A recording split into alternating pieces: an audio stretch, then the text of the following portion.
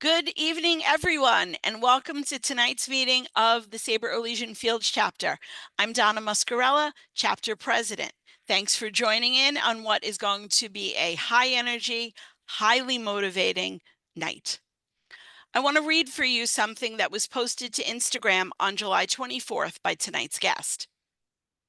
She wrote, "Today is the 25th anniversary of Grandpa Turkey's induction to the National Baseball Hall of Fame. Being reflective about the experience, Grandma Nellie's incredible speech will always be the highlight for me.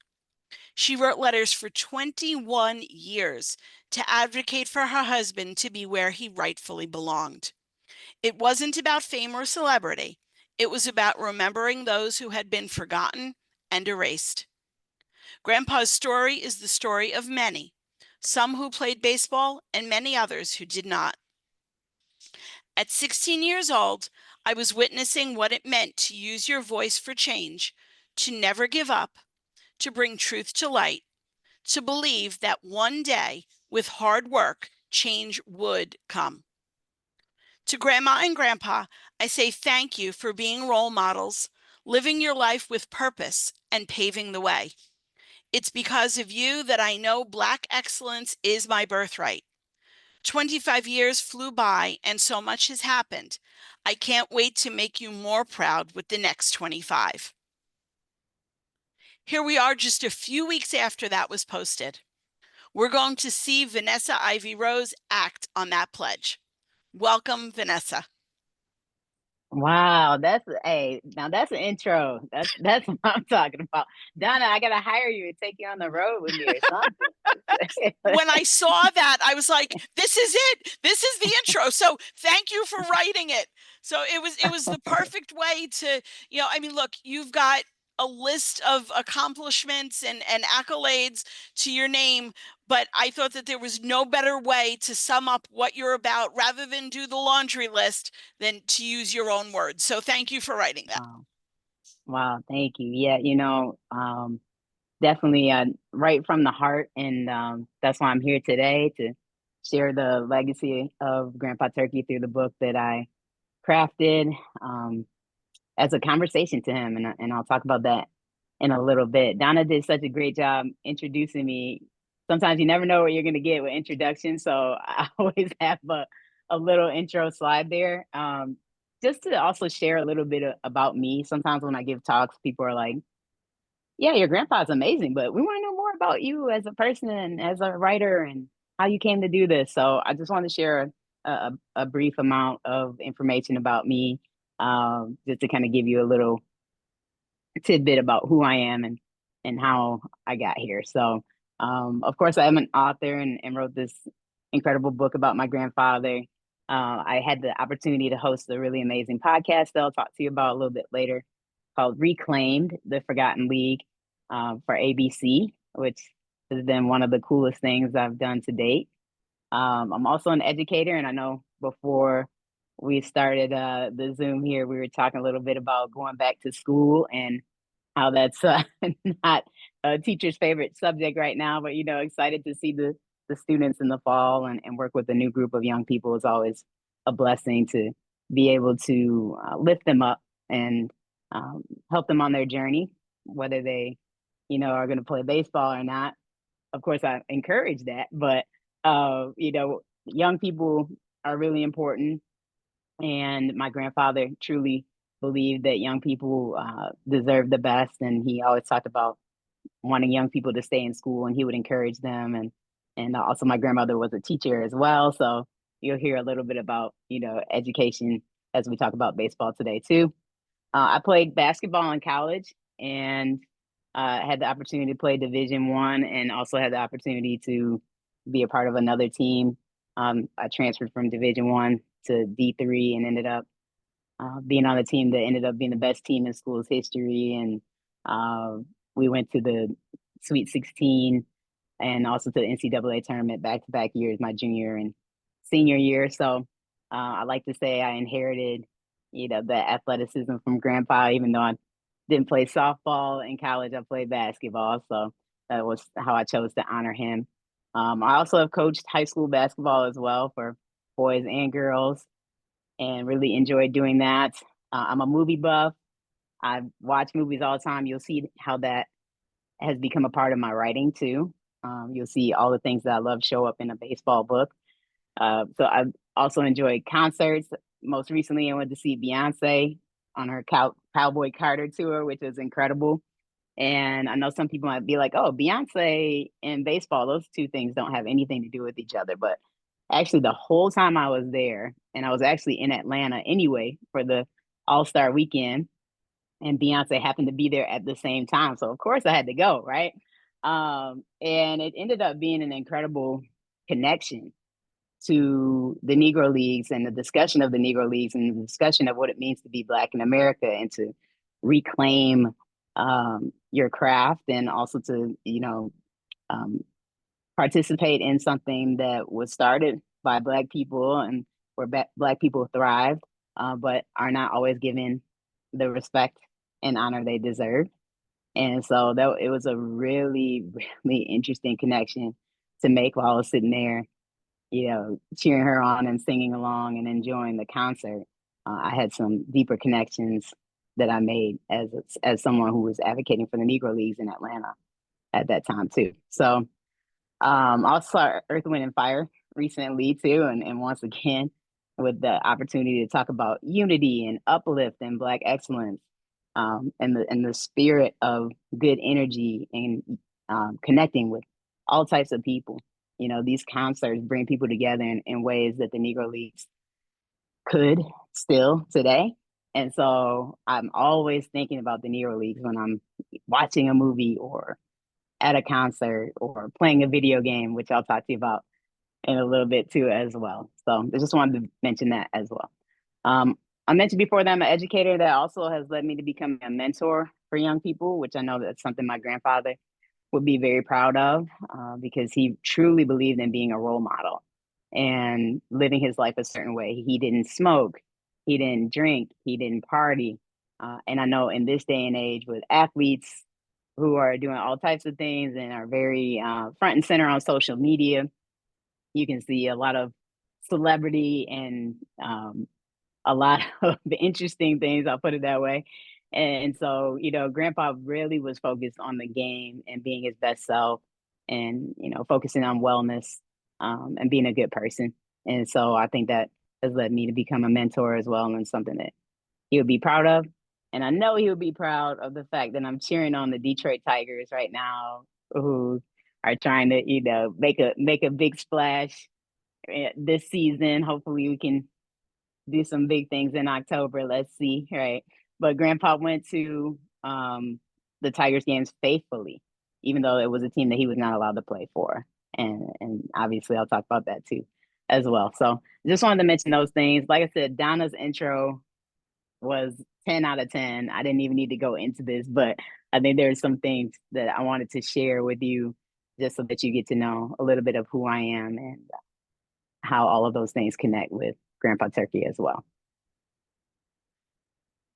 So, who is Grandpa Turkey? If you have never been following his career or you've never heard of him, as I will be honest with you, many people have not who are even big baseball enthusiasts. I spent a lot of time down at Comerica Park when I went to Atlanta, like I said, for the All-Star game.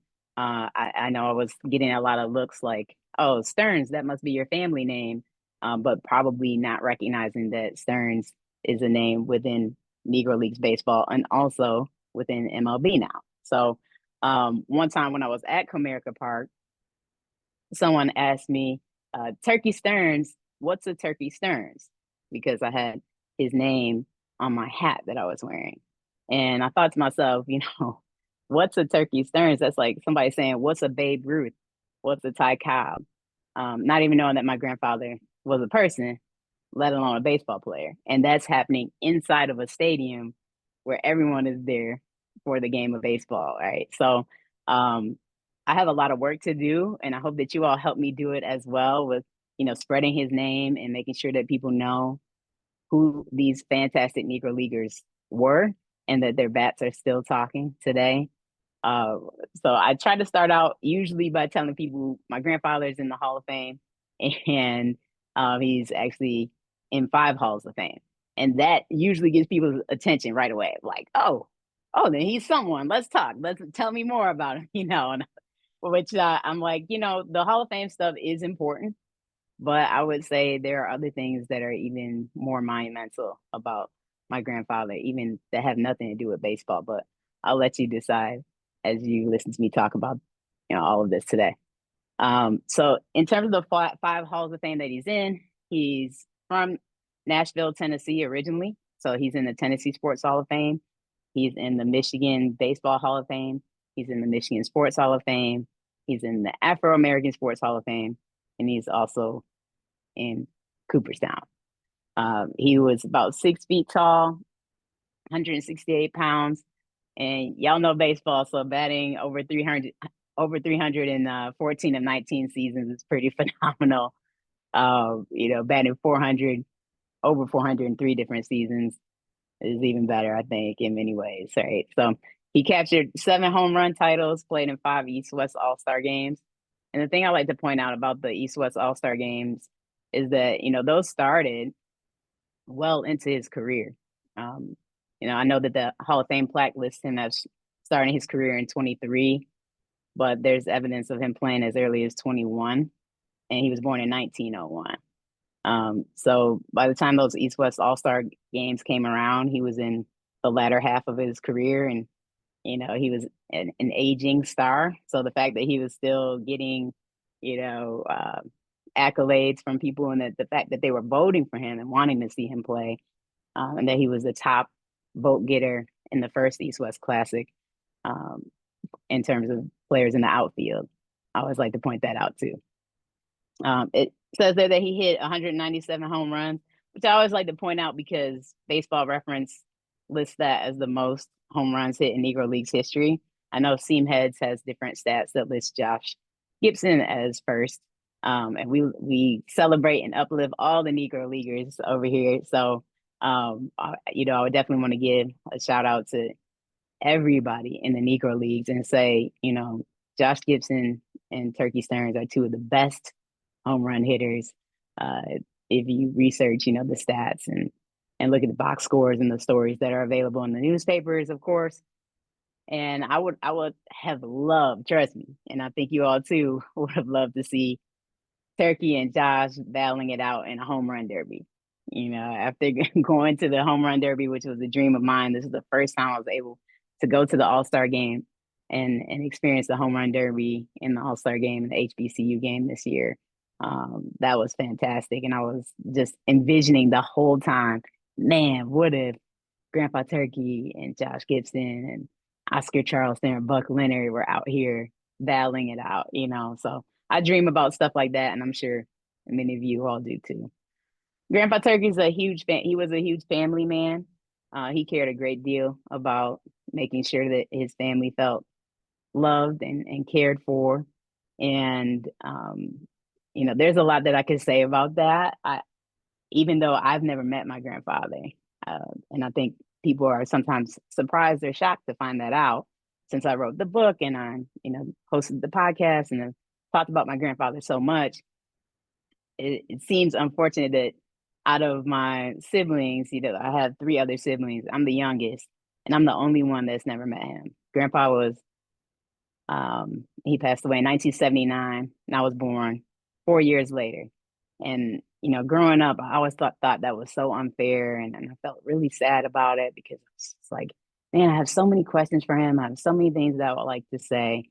And I'm the athlete. Why does the athlete in the family not get to meet the other really prominent family as well?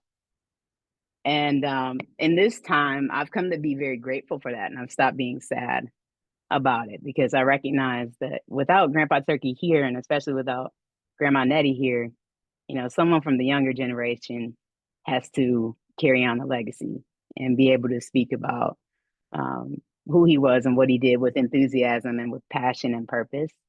And I really feel like that's what I'm destined to do. So I think I was born specifically at that time for a reason. I talked about, Grandpa being a dedicated Tigers fan already, but I would just say before I, move on to the next slide here, that he went to the games as much as possible. And my grandmother said that you could always tell when the Tigers were losing because Grandpa Turkey would come home early. So that lets you know how competitive he was. He was the type of person that wanted to see you out there thriving and maximizing your potential if you stepped out there to play.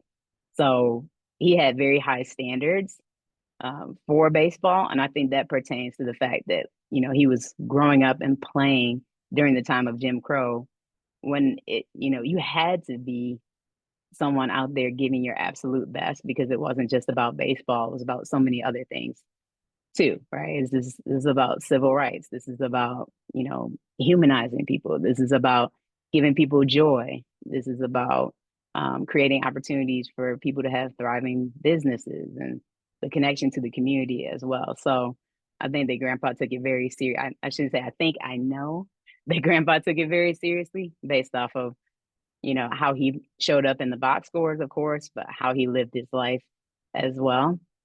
And with different quotes that he, shared with the public, even though there's not many quotes because he's very introverted and very quiet. One thing about him too that relates to the family man bullet point and also the dedicated Tigers fan part. Grandpa went straight home after his baseball games.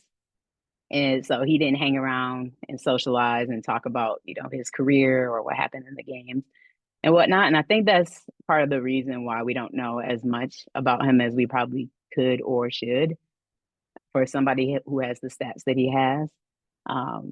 But again, he was very introverted and very quiet, someone who wanted to let his bat do the talking.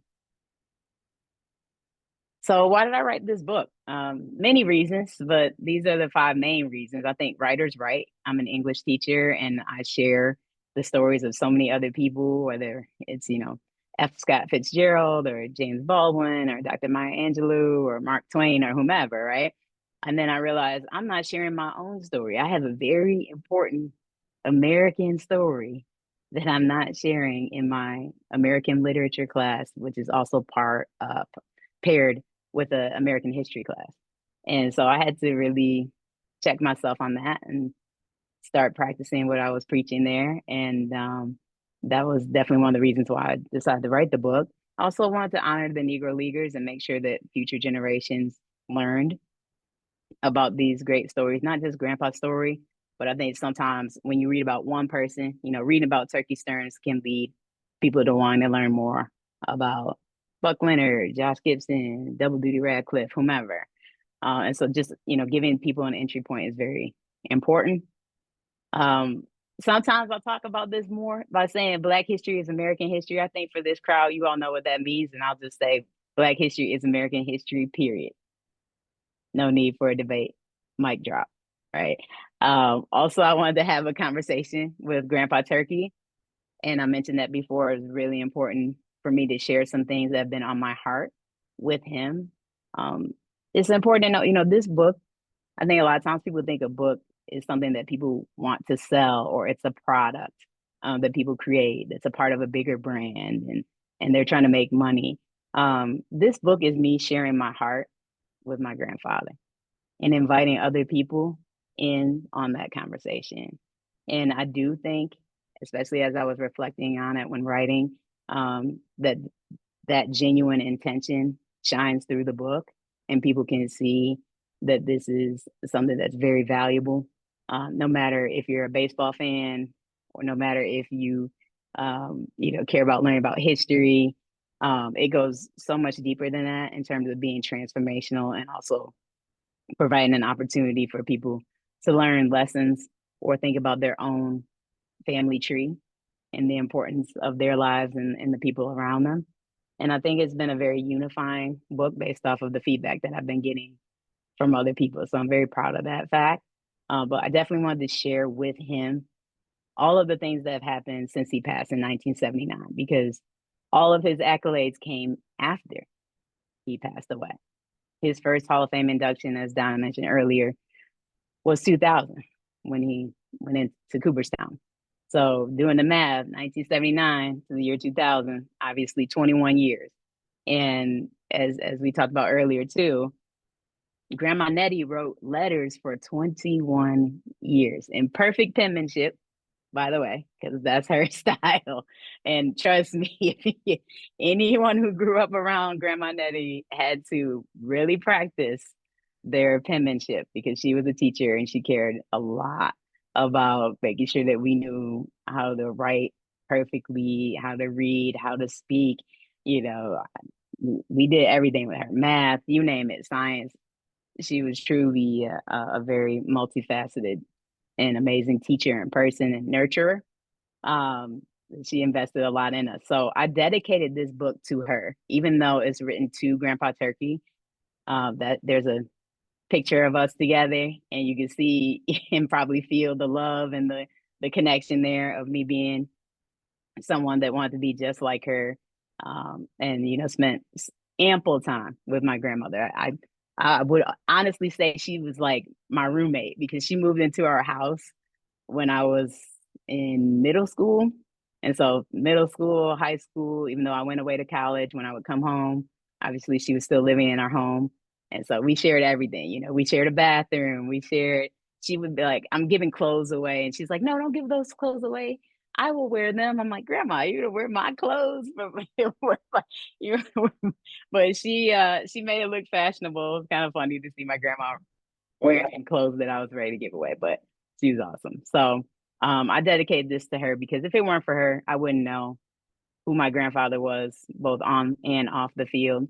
And her dedication to keeping his name alive is the reason that we're talking about him today. I truly believe that her investment paid off, and she manifested it. She put all of her time and energy into that too as well. So in terms of some things about Grandpa Turkey, I touched on a lot in the book. Obviously, I can't touch on everything during the Zoom, but I want to give you some highlights to, just kind of think about his career a little bit more deeply. And one thing that I was fascinated by and also horrified by in the same breath is the fact that he worked in Walter Briggs' factory making cars. And so I mentioned there that he worked there and he loaded painted cars into the dryer as he was supplementing his income as an athlete. And so, he worked there some winters, and then he also worked in the Ford foundry for almost 30 years after his career. But I found it shocking that someone like Walter Briggs would allow Turkey to assemble his cars but not play for the team that he owned. And just having the vision and having the opportunity to be able to give Turkey a chance and potentially change the course of history, right? Going against the gentleman's agreement that barred Black players from playing within MLB. That would have been quite an accomplishment and honestly just something that was so needed. And the fact that Walter Briggs, and he obviously wasn't acting alone, he was falling in line with everyone else and following along with the racism of the time and the Jim Crow era. But I wish that he would have taken the opportunity to stand alone and say, I see Turkey Stearnes not just as someone who's able to work in my factory and make me money, but as a human being who's an incredible athlete. And he should have had that chance to play for the Detroit Tigers. And I always ask my grandmother, what did Grandpa say about not being able to play for the Tigers? Because again, the man who owned the factory owned the team. So it seems like a no-brainer to me. Like, was Grandpa mad about that? Was Grandpa upset? Was he bitter? Or was he sad? How did he feel? And Grandma would say the same thing every single time. And I asked her when I was in elementary school. I asked her when I was in middle school. I asked her when I was in high school. I asked her when I was in college, and I asked her after. And I just want to reiterate, like, that's decades, right? That I kept asking her the same question. And she said the same thing every single time. I said, how did Grandpa feel about that? What did he say? And she said, he just said, that's just the way things were. And when the younger version of myself always felt very unsatisfied by that answer, right? Of like, what do you mean that's just the way things were? Because truly, that's just the way things were designed, right? This was intentional. But as I've gotten older, I'm starting to realize, you know, this wasn't grandpa being passive or giving up and saying, oh, well, that's just how it goes. So I just have to get used to it. Right. I don't think he got used to it. I think he recognized the fact that he could not rely on external forces to become the person that he was destined to be. I think that he knew that he had an inner light that he had to protect, and he had a responsibility to go out there and be the best baseball player and the best version of himself and the best community member and the best role model that he could be, regardless of what other people were doing. I truly believe that that's just the way things were means, because it seems like a very simplistic phrase and almost like it's just like a throwaway type thing where it's like, oh, well, what can you do about it? I think he did a lot about it, right? Which is why we're still, talking about him today. And I think all of the Negro Leaguers did a lot about it. And I'm very proud of them for doing that. And I know that we stand on their shoulders, and that's why it's very important to continue to honor them moving forward. Also, one thing I like to share, especially like I said, because I'm a person that's really into music, is that just because you have two eyes doesn't mean that you have vision, right? Just because you can see does not mean that you actually can, like I said, see Turkey Stearnes as a human being. Walter Briggs could not actually see my grandfather as a human being. He viewed him as a mule, right? Somebody, not even a person, but literally just somebody who will do labor, right? And just something that will do labor, right? There's a dehumanizing quality to this that allows segregation to continue, that allows people to uphold racist attitudes and beliefs and values, right? And so, like I said, Stevie Wonder may not have sight or vision in the way that most of us do, but he truly does have the vision to see beyond, just the superficial things that most people pay attention to, right? Which includes your heart and having an open heart and having an open mind and truly valuing being connected. So my hope is that people will pay attention to this lesson of, Turkey and working in Briggs factory and how that relates to Briggs Stadium as well.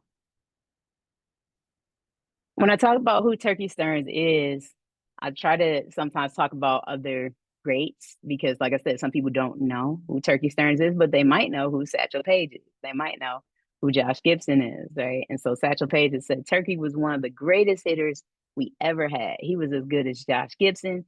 He was as good as anybody who ever played ball. So that's very validating for people, like I said, who have no idea who Turkey Stearnes was or what his ability was like, especially because there's no footage of him playing. And to say that somebody's as good as the best players that have ever played and as good as anybody who's ever played, and especially for someone like Satchel Paige, who, saw some of the best talent in the Negro Leagues and also within MLB, that, like I said, that's a very validating statement and an endorsement. Also, looking at the stats inclusion that has happened, it's very important to think about where Grandpa Turkey ranks now, on a list with his baseball brothers, as I call them in the book. Right? So he's sixth in batting average with 349, sixth in slugging, 617, and then looking at OPS, he's ninth. And I mean, I think about this every day and almost kind of like look at it on my phone and just double check every day to make sure it's still there. Because I'm still pinching myself in many ways. And I'll tell you why. When I was a kid, I read everything that there was to read and watch pertaining to sports. Sports Illustrated for adults, Sports Illustrated for kids, ESPN magazine, you name it. And when I was reading those things and watching those shows, I was not ever seeing the Negro Leaguers, ever, right? And so knowing that Grandpa Turkey is on this list now with some of the greatest players who've ever played, who I did read about and who I did know about, and honestly, who people who are educators that I work with and and just people in general who don't even follow sports, they know these names, right? They know who Ty Cobb is. They know who Babe Ruth is, even if they never played baseball and they've never watched it and it's not their thing, right?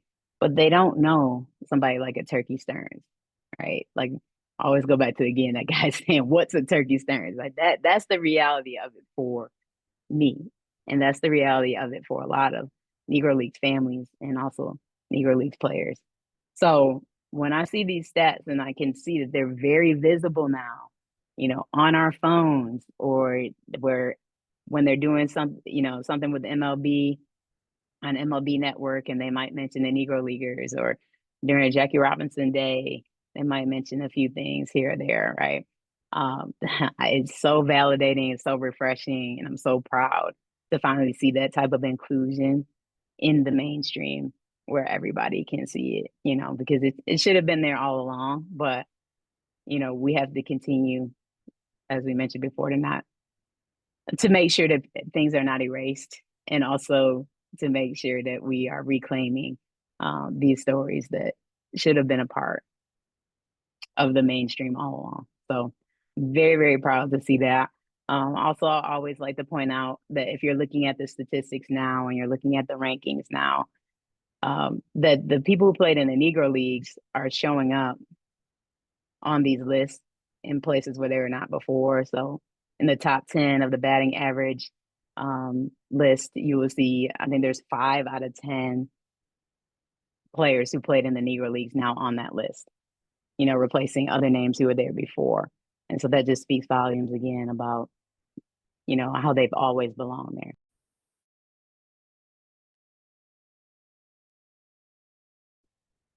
I know that I could talk again all day about every single chapter of my book.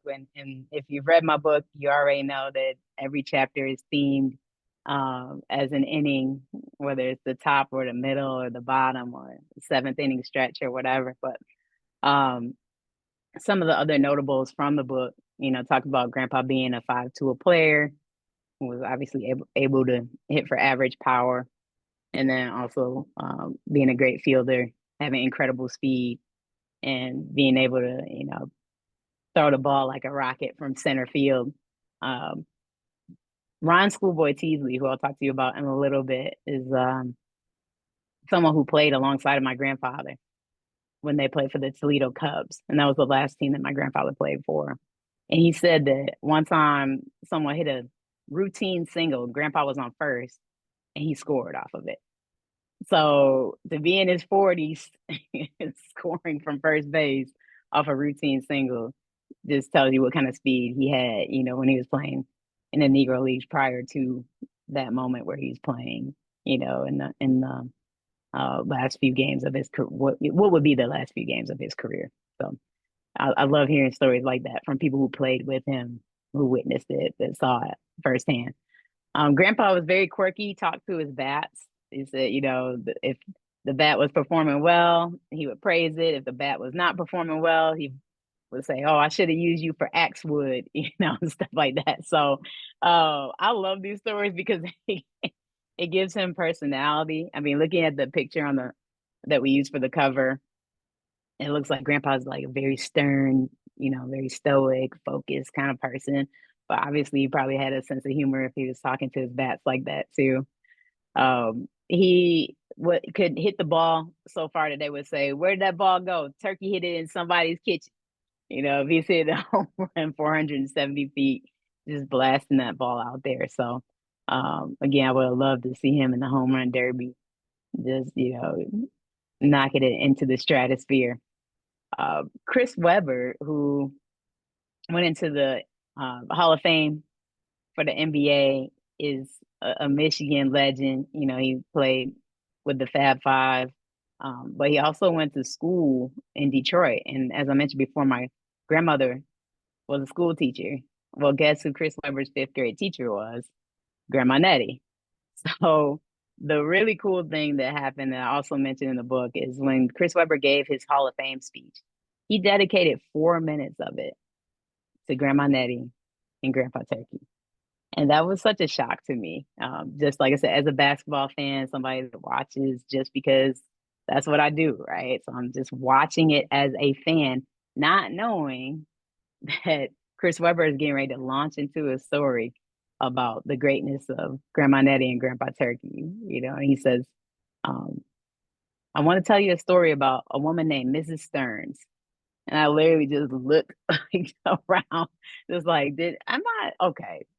I know I'm doing a lot of baseball stuff and I think about my grandparents a lot, but am I starting to hear things? Like, I know he didn't just say that, but no, he really did. And as I mentioned, he talked about them for 4 minutes, talked about the greatness of my grandmother being able to pour, the lessons of history into him at a time when he didn't even know he wanted to be an athlete yet, when he didn't really understand the shoulders upon which he stood. And he's learning about Jackie Robinson, and he's learning about Grandpa Turkey, and he's learning about, Satchel Paige and everybody else, right? And my grandmother's telling the stories of like how, the Klan was chasing the Negro Leaguers from city to city. And so he said that really filled him up and made him understand, what his purpose was. Not just, like I said, becoming an athlete later on, but just the importance of being a student, the importance of being a good person, the importance of honoring your past with the way that you live your life today. Right. That was something that she impressed upon him and upon all of us, which is why I said I dedicated the book to her. And I wouldn't know what I know about my grandfather if it weren't for her. Right. Um, it's interesting though, because my grandmother always said when we would watch the Pistons or we were watching Chris Webber play with with the Warriors or the Bullets and on the Kings, all the teams he played with. And she's like, "Oh, Chris Webber doesn't like me." And I'm like, "Why, Grandma? Why you say that? Why you say Chris Webber doesn't like me?" She's like, "Because I saw him on TV one time, and he was talking about how he had a teacher that was mean in elementary school." And I'm like, "Yeah, but he didn't say the name, so how you know it was you?" And she's like, "Oh, I just think it was me and whatever." And so, fast forward to him giving his Hall of Fame speech a few years ago. She wasn't living to hear it. And I just remember, saying to myself, Grandma, he loved you. He clearly loved you. 4 minutes of his speech dedicated to you and everything that you taught him. And we've had a chance to, meet with his family since then. And he definitely has said, like, oh no, I wasn't talking about, her. I loved her. She's a great teacher. So I hope she heard that from heaven. And I always think that that's just such an important point to make because, like I said, a lot of people think it's just about baseball, but this goes to show you, like, even in the realm of basketball and even outside of sports, why learning about the Negro Leaguers could be important.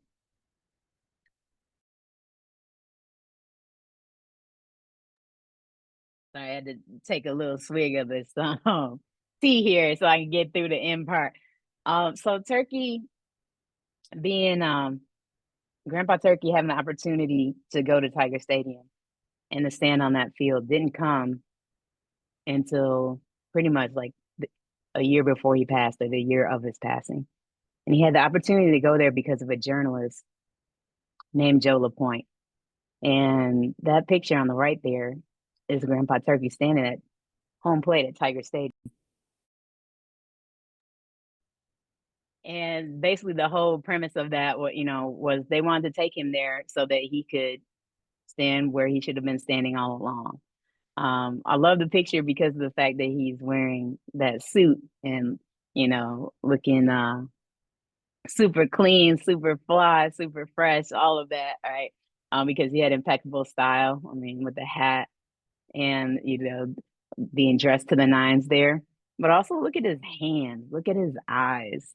I feel like maybe if Satch was on the mound, Grandpa was still ready to go, and I can see the conviction in his eyes. And this is really one of my favorite photographs of all time, not just because it's of my grandfather, but because it's a photo that represents justice. It's a photo that represents that change will come, that dreams do come true, and that you shouldn't give up. Continue being who you are. Like, it does pay off in the end. And I'm so glad that he was able to stand there, even though he wasn't able to wear, a Tigers uniform. He does have a plaque outside of Comerica Park, for example, right? Even though he was not able to wear a Tigers uniform, look at where, his stats are now when we look at the greatest players of all time, when we're thinking about batting average and slugging percentage and OPS. So that bat is still talking, and the things that he did during his lifetime have, lasted all the way up through today, and will continue on. I think, you know, well into decades from now and hopefully centuries from now. Right. I do also think that that photo represents the fact that all of us have an opportunity to recognize and create sustainable change. Joe LaPointe and John Collier, the photographer who took the picture, and the journalist um, who decided to interview Grandpa Turkey, they didn't have to do that. No one told them to do it. They thought of it on their own and they made it happen. And I think that that's what happens when you know your history. And that's what happens when you recognize people as human. And I think that's what happens when you want to inspire other people to uplift others and to do positive things. So this is a very inspirational photo in many ways. And I think that um, it can teach us all to, you know, go out there and make a difference in someone else's life too, as well. One of the last slides I had talks about the podcast that I hosted for ABC called Reclaimed. ABC came to Detroit because they wanted to talk to the family of Ron Schoolboy Teasley and also talk to him. He's 98 years old, the second oldest living player, and one of the coolest people you will ever meet. He has such an impeccable memory, and he could tell you stories for days. I mean, you obviously would want to respect his time and his age and everything when you sit down to talk with him. And so you probably would only want to talk to him for 5 or 10 minutes. Next thing it's an hour and a half later, and you're like, okay, thank you so much for this. This has been amazing. I know you probably want to rest. And he's like, oh no, let me tell you some other stuff, right? So he just keeps going. And he can remember everything. So I would say if you do get an opportunity to hear him speak anywhere, or if you go to any Negro Leagues events and he's there, doing meet and greets and signings and stuff, that he's very approachable. Talk to him. And he has accolades for days too. There's a picture of him there, but he's played for the New York Cubans, and he also was drafted by the Dodgers when Jackie Robinson was on the team. The only thing is he didn't play in any official games for the Dodgers because of their quota system. And there's a lot of pain surrounding that for him. If you talk to him about that, he will say, I don't know why they even signed us, and I think it's such an important story to share because he obviously had the talent to make the team, which is why he was signed. And, he did well in the tryout and all that stuff. But then people don't really think about what happened in 1947 when, Jackie integrated baseball. It wasn't like the door was wide open for Black players to come in and be welcomed and to shine and to thrive, right? There was still, consequences for the gentleman's agreement. There's still leftover feelings about, not wanting Black players to replace white players on the team. And again, that quota system, like, are you going to have an entire lineup of Black players? I don't think so, right? Not during that time. So again, just thinking about the context of it and how things actually played out versus, the theoretical, oh, it's so amazing that Jackie Robinson integrated baseball. Well, what wasn't amazing during that time? People like Ron Schoolboy Teasley can tell you and can show you, right? So I think that's one of the great things about his legacy is that it gives a sense of realness to the time of integration. He also he shined for, and I really truly believe sometimes things happen for a reason. He was able to shine as a Detroit legend because he played at Detroit Northwestern when he was in high school, and he was awesome at basketball and baseball, and a great multi-sport athlete. He's in their Hall of Fame for sports there. He's in the Hall of Fame at Wayne State University, where he played both basketball and baseball, was setting records. He has the record for batting average at Wayne State that still stands today at 500. So that just lets you know how great he was. He ended up becoming an incredible coach at Northwestern, and again is in the Hall of Fame as a coach as well. He coached basketball, track, baseball, golf, and some of his players have gone on to play professionally. So, or even though he was not able to become a star for the Dodgers, I think that his purpose, part of his larger purpose, was to help so many young student athletes move on to their dreams and to realize them as well. So he's a man of great character and an incredible player. I could talk about him for days too, and I really would love to write a book about him someday. I think that's definitely on the radar.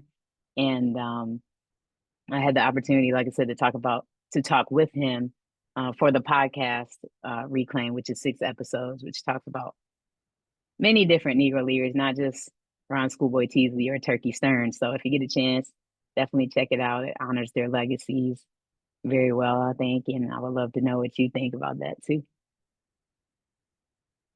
Lastly, I just want to share, one of the coolest things that's happened. And I think that, as I mentioned before, I'm a big gamer. I do spend a little too much time, I'll be honest, on the video game system with my PS5 here. Normally I was playing, NBA 2K and yeah, all types of games, race car games and all types of stuff, you name it, right?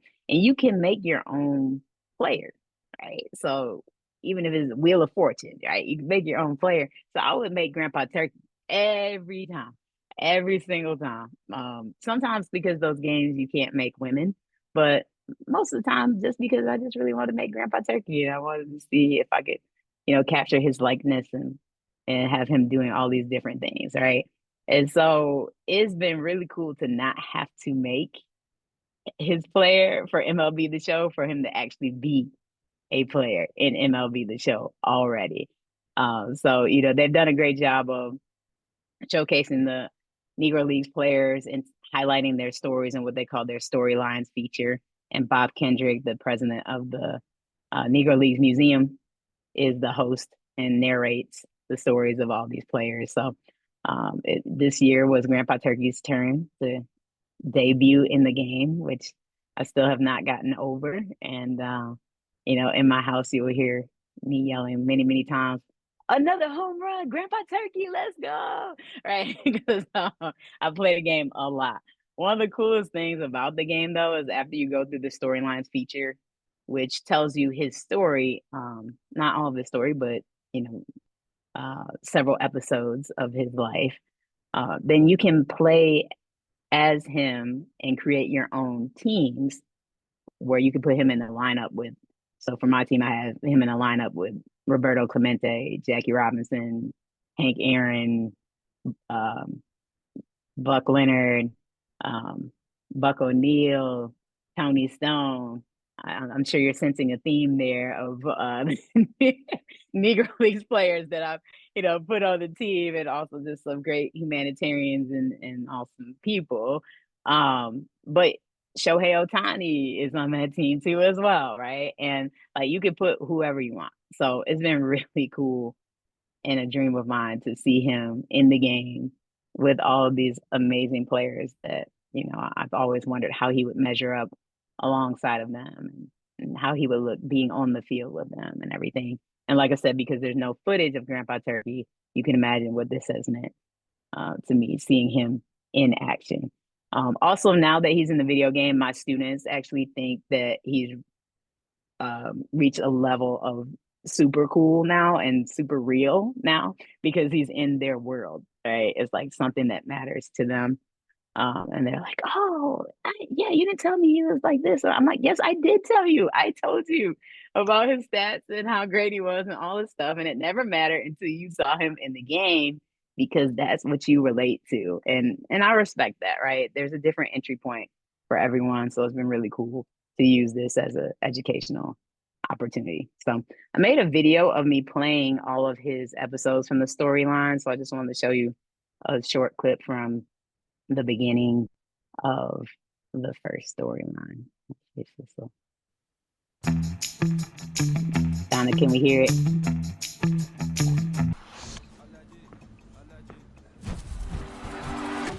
Storylines, here we go. Ooh, look at Grandpa Turkey looking fresh. Let's get it. All right. So, as you can see, I've already played all of these and have completed the storyline so that I could unlock Grandpa as my player. And it was fantastic. What a great experience. But I'm going to take y'all back through it so we can see these storylines and have some fun. So, here we go.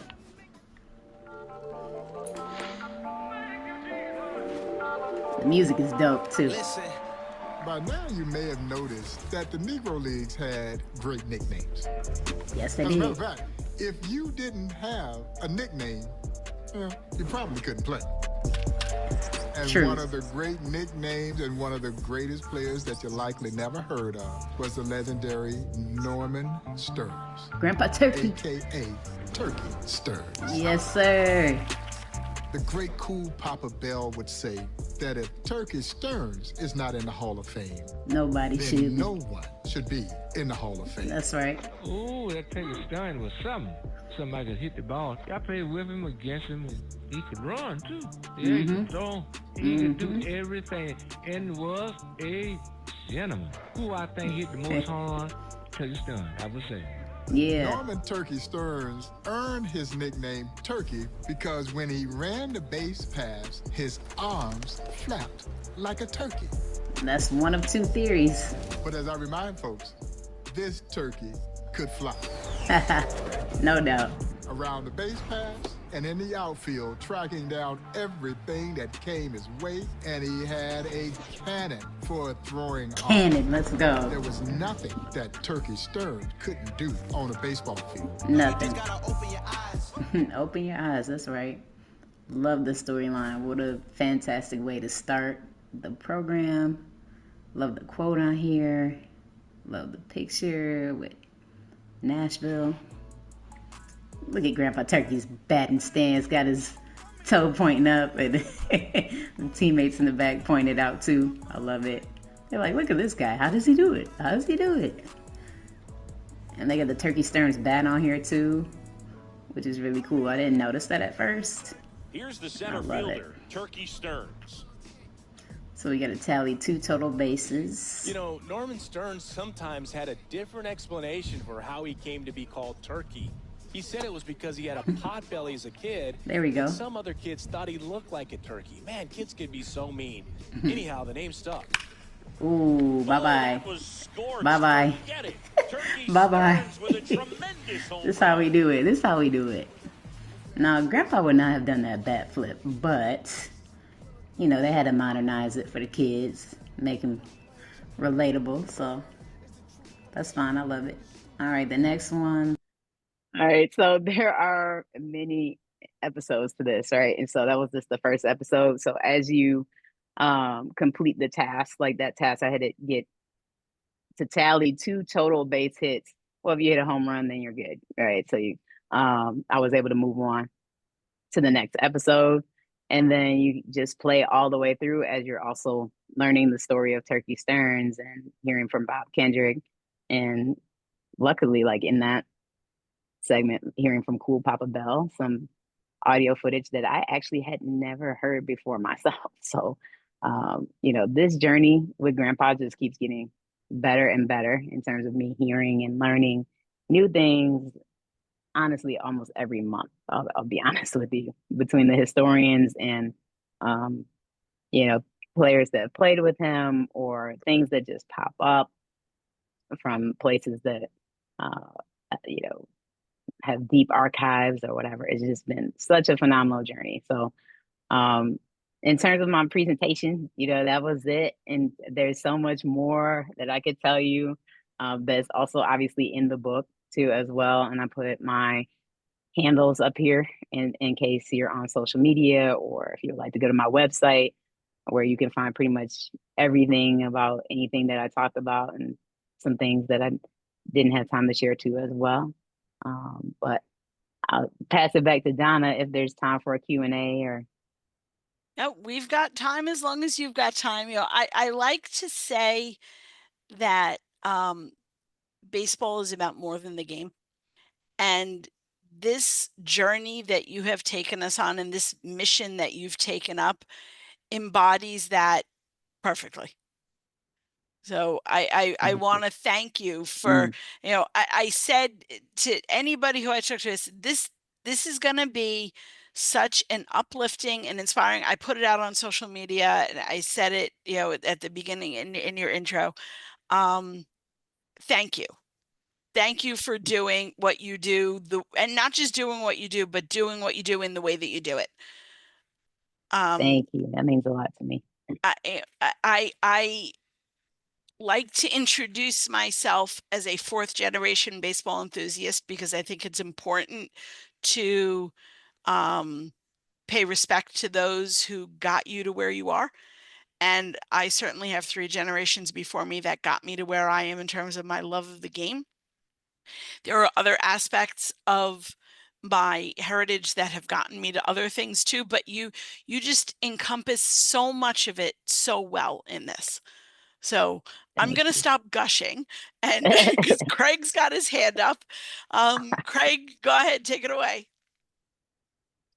You want to put yourself on camera and unmute yourself, Craig?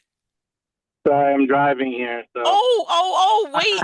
No, take yourself off camera. I'm so sorry. I'm just driving back from something, but I had to listen to this presentation. This is what you call dedication. And this is, yes, I love this. Okay, but please be careful. Yeah, be careful, Craig. But No I appreciate you, man. I know this is a little outside your purview, but this is something I was thinking about when we were, Don and I were at the Black Yankees tribute at the Patriots game. How can, and I understand this isn't really your specialty, but how do you think we can get more Black children playing baseball again? Because it seems like it's really, we've lost a lot of Black players. We don't have nearly as many as we used to have. That's the number one question, man. If I had $1 for every time somebody asked me that, to be honest, I think about it a lot. I think because especially because I work with young people, right? So, when I'm working with my high school students, for example, and I talk to them about baseball, they're almost yawning, right? And why do they think it's boring? Maybe because they think, football and basketball are faster paced and, a little bit cooler in terms of the things that they're seeing on social media and how it connects to the culture and the things that they're into. But I think they haven't been introduced to the game in the way many of us have in the past. Obviously, baseball is not, America's pastime in the same ways that it was 30, 40, 50, 60 years ago. When I drive past the baseball fields and people's backyards and stuff, I don't really see people out there throwing a baseball around with family, playing catch or anything like that. So I think there's a lot that needs to be done to re-engage them. I think the video game helps, for example. Like I said, when I introduced that, my students came alive. It was like they woke up in many ways. Like, oh, this is cool now because it's on something that I recognize and that I connect with. So it's about finding that entry point for them. I also think for Black students specifically, looking at, the generational wealth piece and how expensive baseball is, and even if they are very interested in it, can they afford to be on a travel team? Even if they are very talented, again, that financial piece does play a huge role in that. And then also, if you're not seeing people that look like you out on that field, do you think that you belong there? Do you care? Do you want to, engage with that sport more? And I know there's so many efforts by MLB and the Players Alliance and even Negro Leagues families, we're trying to do more things that, for example, in Detroit with the Hamtramck Stadium, trying to get people to come out to the baseball field. But I'll be honest with you, there was one time we had an event set up, ready to go. It was free for the community. And we honestly could not field enough kids to even run the event. And it turned more so into a soccer thing than a baseball thing because the kids there in that area love soccer more. And it broke my heart to see that even if it's offered for free, people are just not really interested. So we have a lot of work to do with re-engaging young people with the game and just introducing them to it in the first place. When I showed my students 42, which I thought everyone had seen, that was an eye-opening moment for me as an educator that my young people had not seen 42, and they know who Chadwick Boseman is, and they know he was in Black Panther, and they love that. When we were watching the game, they didn't even know anything about the game. They were asking me questions as high school students. They're very intelligent. Oh, is that the referee? Why did he do that? I'm like, no, the umpire, not the referee, right? I mean, just the most basic aspects of the game, they didn't know. So we have a lot of work to do. Yeah. They had an event at it was 2 summers ago at Hinchliffe Stadium. It was one of those MLB play ball clinics that was co-sponsored with the Baseball Hall of Fame. And I was there photographing the event, and it absolutely broke my heart how many kids said, I've never held a bat. I've never thrown a ball. And wow. Yeah. Yeah. I mean, and when we go to a game, when I go to the game, I'm one of the very few Black people at Comerica Park. Like, you know what I mean? To be honest, the Black people that are there are the ones that are working there, not fans, not families. You know what I mean? So when there are certain events there, and then people will come and show up. If there's something that they're really interested in, or like I said, if their family raised them on baseball and they're into it already. But the average fan is not, a Black person or a Black family. And is that their target demographic too? Like, no. So that's another issue. You know what I mean? Like there's a lot of layers to this. Yeah, for sure. For sure. Well, I think, as much as people can, scream this story from the rooftops, encourage people to go to places like the Negro Leagues Baseball Museum in Kansas City.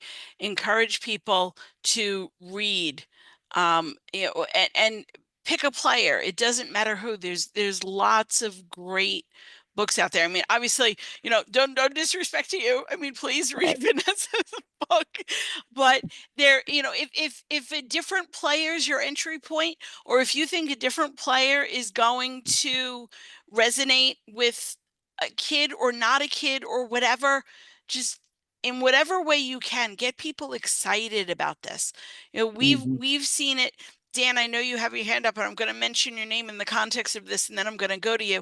Dan and I have had the opportunity to see it in the context of what's happening at the Youth Museum at Hinchliffe Stadium, and people walking in and go, "Wow, I didn't know," and I hope that opportunities like that will encourage people to want to learn more, and kind of like that old shampoo commercial, and she told 2 friends and she told 2 friends and so on and so on. This is, I mean, even though it's an old story, relatively speaking, it's not, Right. it's something that's still very relevant today. So what do you got, Dan? Vanessa, I'm curious, has there been a full, book-length biography of Turkey? No, my book, well, there's been some attempts. So there was a book that was very deceiving in the title, because it was called Turkey Stearnes and the Detroit Stars by Richard Bach. And then you read through it and you're like, wait, where's Turkey Stearnes? He's in here sometimes, but not that much, right? And don't get me wrong, Richard Bach was great and did a great job with the book. It just didn't talk a lot about Grandpa's story. So, one of the reasons why I wanted to write this book, in addition to having a conversation with him, right, was to share that story in kind of a biographical way, even though it's using the voice of me talking directly to him. You're still going to find those, biographical elements there. And like I said, so I'm like, I'm teaching everybody else's story, and I'm like, how come Grandpa's story is not out here like this? You know what I mean? So it's kind of shocking to see that. he didn't have a full-length biography already out there based off of his statistics, based off of, his legacy within the Negro Leagues too as well. And even before the stats inclusion happened. But here we are. Cool. Yeah, no, and I mean, I have it. I read it. I love it. Hey. I didn't mean to imply that it's not like a story about him, but like, as you said, Yeah. it's got a lot of you and your grandmother and the rest of your family in it, and I really enjoyed that. I thought it was great. But sometimes I was just curious if anyone had ever done like that deep dive on Turkey, and I figured if anyone would know that. Yeah, that's, well, stay tuned as well. Okay. Ooh, tease. Okay, we've got one question in the comments, but John's up first. So go ahead, John. What's up, John? My guy right there. Oh, John, John, you got to mute, unmute yourself. With myself? Okay. There you go. Yeah, thank you. I just wanted to mention real quickly that the SABR Jerry Malloy Negro League Conference is this week as well. And that's one of the ways that people can kind of tap into some of what we've been talking about. And it might be late for people to actually get there in person because it's this week, but I guess I would suggest people taking a look at the SABR website under the Jerry Malloy Conference in the next week or so to see some of the highlights and kind of whet our appetites a little bit for more of this kind of information. Absolutely. Vanessa is going to be there. She and I were talking about that in the pregame, if you will. I went for the first time last year. I highly encourage. It's what, Thursday to Saturday. Right. Yes. It's in Louisville this year. Last year it was in Cooperstown, so it does travel. Keep an eye out if it's something, even if you can only get there for one day of the programming. Yeah, not necessarily this year, like John said, it's very short notice, but really keep an eye and take advantage of that opportunity. It's a good short course in the Negro Leagues, so many different aspects of it, and it's a great way to just hang out with like-minded people as well. Vanessa, are you presenting or are you just going to hang? What's the deal? I'm here. For that. At the Malloy. Yeah, I was like, right now I was like, I have no, present at the again. Malloy, at the Malloy. I was like, wait a minute now, wait a minute. Like a double feature. I'm part of the committee, so I help to plan everything. So I'm going down to ensure that it runs smoothly and just enjoy it this time instead of being a presenter. So well, thank you for what you're doing to make that happen.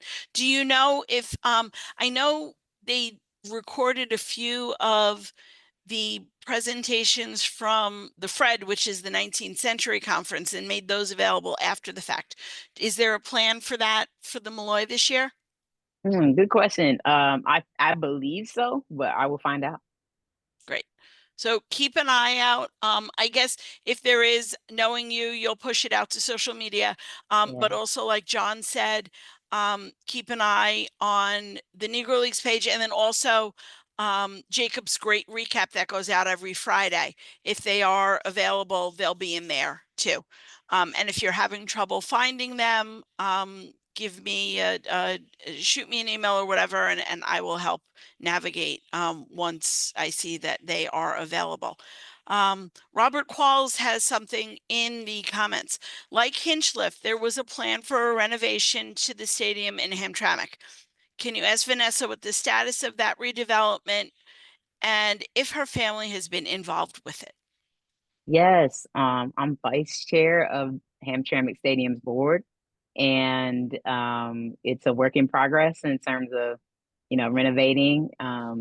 Things are coming along though, so things are, how the delays happen and just different things have popped up, but it is coming along. So the grandstand has been fully renovated, which looks fantastic. It's incredible, but there's still so many things that we plan to do there, including potentially having a museum on site, getting the scoreboard, revamping the areas where the dugouts are and having locker rooms and lighting and all types of things. So everything's a work in progress right now. It's literally under construction as we speak. So, but there are, still events happening there too as well. We had a Juneteenth event there this year, and different teams have been playing there in terms of high school teams and having different programming for kids, and even college teams have played there too as well. And then some old time baseball where they play without the glove and everything. So a little bit of everything happening down there. I think on Instagram, and I don't remember what their handle is, but I think the Hamtramck grounds crew actually has an Instagram that they'll post some fun stuff up on there sometimes. So if you're on Instagram, take a look for that. I would imagine, as was and still is the case with Hinchliffe, when you're dealing with a historic site, it's not just a question of, oh, well, we want to do this, let's go ahead. There's a lot of, you need to be respectful of historic accuracy, and there's a lot of red tape and stuff like that that needs to be gone through, more so than with just regular construction. Yes, you put it very well. That's all accurate. So, but the good news is something's happening. It's not sitting there. Yes. It's not on nobody's radar. So that's great. That is great. I always like to walk in to Jessica Cameron Bush's office at the Youth Museum. She's the director there, and the Friends of Hamtramck hat is on one of the shelves there. So it's kind of, we're brothers and sisters in a united cause in different states.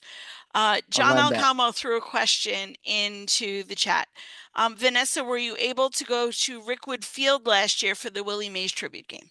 Oh, still bitter about that. No, I did not go to that, and I really did want to go. I watched it on TV, and I was screaming in a very happy way when they were showing, all the Negro Leagues players lined up on the field. And Ron Teasley, who I mentioned, is 98, and he was not able to go. He was not feeling well, and I really want him to go. But his son went, and his son was holding up his picture.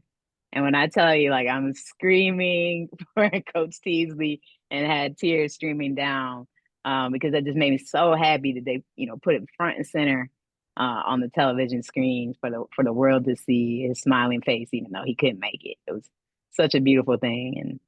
And, with Willie Mays passing just before it, that was heartbreaking, but also the story of the Negro Leagues, right? And always having to wait for things and things not happening in the time that maybe they should. And so that gave us the opportunity to have some really important conversations. So I was happy that CNN did reach out to me and ask me to speak about the Rickwood experience, even though I was not able to go there in person the very next day following the game. And so we had a good conversation about Willie Mays and the significance of Rickwood. So I plan to get there as soon as possible because I really would like to go there. That's definitely on my list. Cool. Dan, I'm going to put you on the spot for a second. Dan was just down at Rickwood for the East-West Classic, which is not an MLB official game, but it is, you know what it is. So, yep. Dan, why don't you let Vanessa know, just in case she didn't catch your story, what the buzz is about the future. Oh, you mean when I talked to Cece? Yeah. Yeah. Cece wants to make it an annual thing. He wants to make it a Juneteenth celebration every year.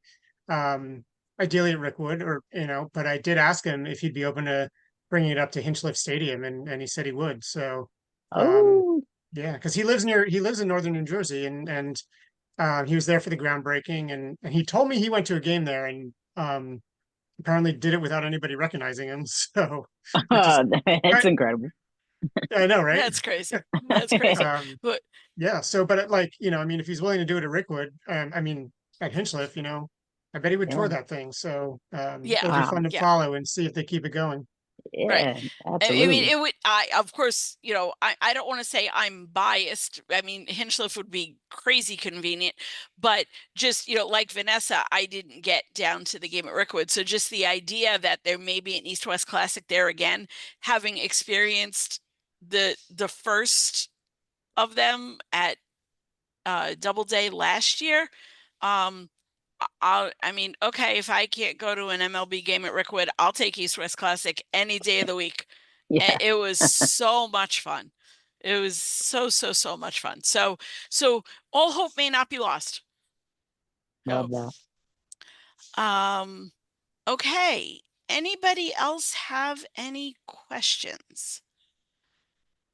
No. Vanessa, where can we get your book? Amazon. So if you can go to Amazon and search for the book Hall of Fame DNA, and it'll pop up. I know it has a long title because it has a subtitle in there, the legacy of Norman Turkey Stearnes. But if you put Hall of Fame DNA, it should come up. Also, you can go to my website, which is on the screen here, www.hofdna.com, and everything is there too as well, so that you don't have to search for it. You can find a podcast there. You can find the book there. You can find many articles that I've written, interviews I've done, and other information too as well. Cool. I just want to remind everybody about a couple of SABR and non-SABR events that are coming up this Friday evening at the Stoutsburg. This is a mouthful. The Stoutsburg Sauerland African American Museum, also known as SAM, in Skillman, New Jersey. They are debuting this Friday night their All-Stars Black Baseball in New Jersey and Beyond exhibit. There is a ticketed event. Tickets are available to the general public. Ticketed event Friday night, but then there's the public opening on Saturday. They're hoping to have the exhibit run at least through the end of this year. You can get more information at their website, ssaamuseum.org. Then we are getting back together locally as a chapter. Also, friends always welcome. Remember that you don't have to be a member of SABR to participate in what we do. So if you see something that you like or you think a friend or family member would like, let them know. August 23rd, we're going to be meeting at Hinchliffe Stadium for a visit to the Muth Museum and to take in a game. Just so happens that night that the two Frontier League teams that play in the SABR Elysian Fields territory, the Jackals and the Sussex County Miners, will be playing each other at Hinchliffe. So we're going to take in that game. There's fireworks afterwards. Everybody just buy your own tickets, but let me know you're coming, because all of the SABR members that are going to be there, their names are going to go into a randomizer, and one of you is going to get to throw out the first pitch at the game. So buy whatever ticket you're going to buy. Just let me know you're going to be there, and I will put your name in that randomizer and keep you in the loop about what time we're meeting, where we're meeting, and let the Muth know what kind of crowd we're going to be getting. Then back on Zoom, September 9th, in collaboration with SABR's Baseball and the Arts Committee, we are bringing to you a program called Literary Diamonds, Baseball in Fiction and Poetry. And that's going to be presented by our chapter member, Keith Danish. And then September 23rd, part 3 of our researcher series with Tim Wiles. Tim was formerly the head librarian at the Baseball Hall of Fame and retired from that position to be the director of the public library system in Guilderland, New York. He has recently retired from that, and he has agreed to come on to share some tips and tricks with us about how to take advantage of your local public library, as well as be able to tap into the resources remotely of other public libraries and baseball collections at institutions of higher learning. So links for all of that have gone out in emails, will go out in emails again, are always available on the SABR calendar. I encourage everybody to explore that calendar in general. There's lots going on all over the country, dare I say it, maybe not all over the world, but outside the United States, that also may be of interest to you. And as long as it's a Zoom, register and hop on. We will be scheduling more ourselves in terms of our Zoom presentations once the postseason schedule's out. I don't want to schedule anything and then find out we're up against something that really is interesting to our core audience. So once that schedule's out, I will start resuming October and beyond. There are a couple of people that are at the very top of my list that I want to get on the schedule before we put anybody else on. So keep an eye out for that. And I'm also working on in-person programming for next year, bringing back the baseball card show fundraiser for the Youth Museum. We will have an in-person Sabre Day event.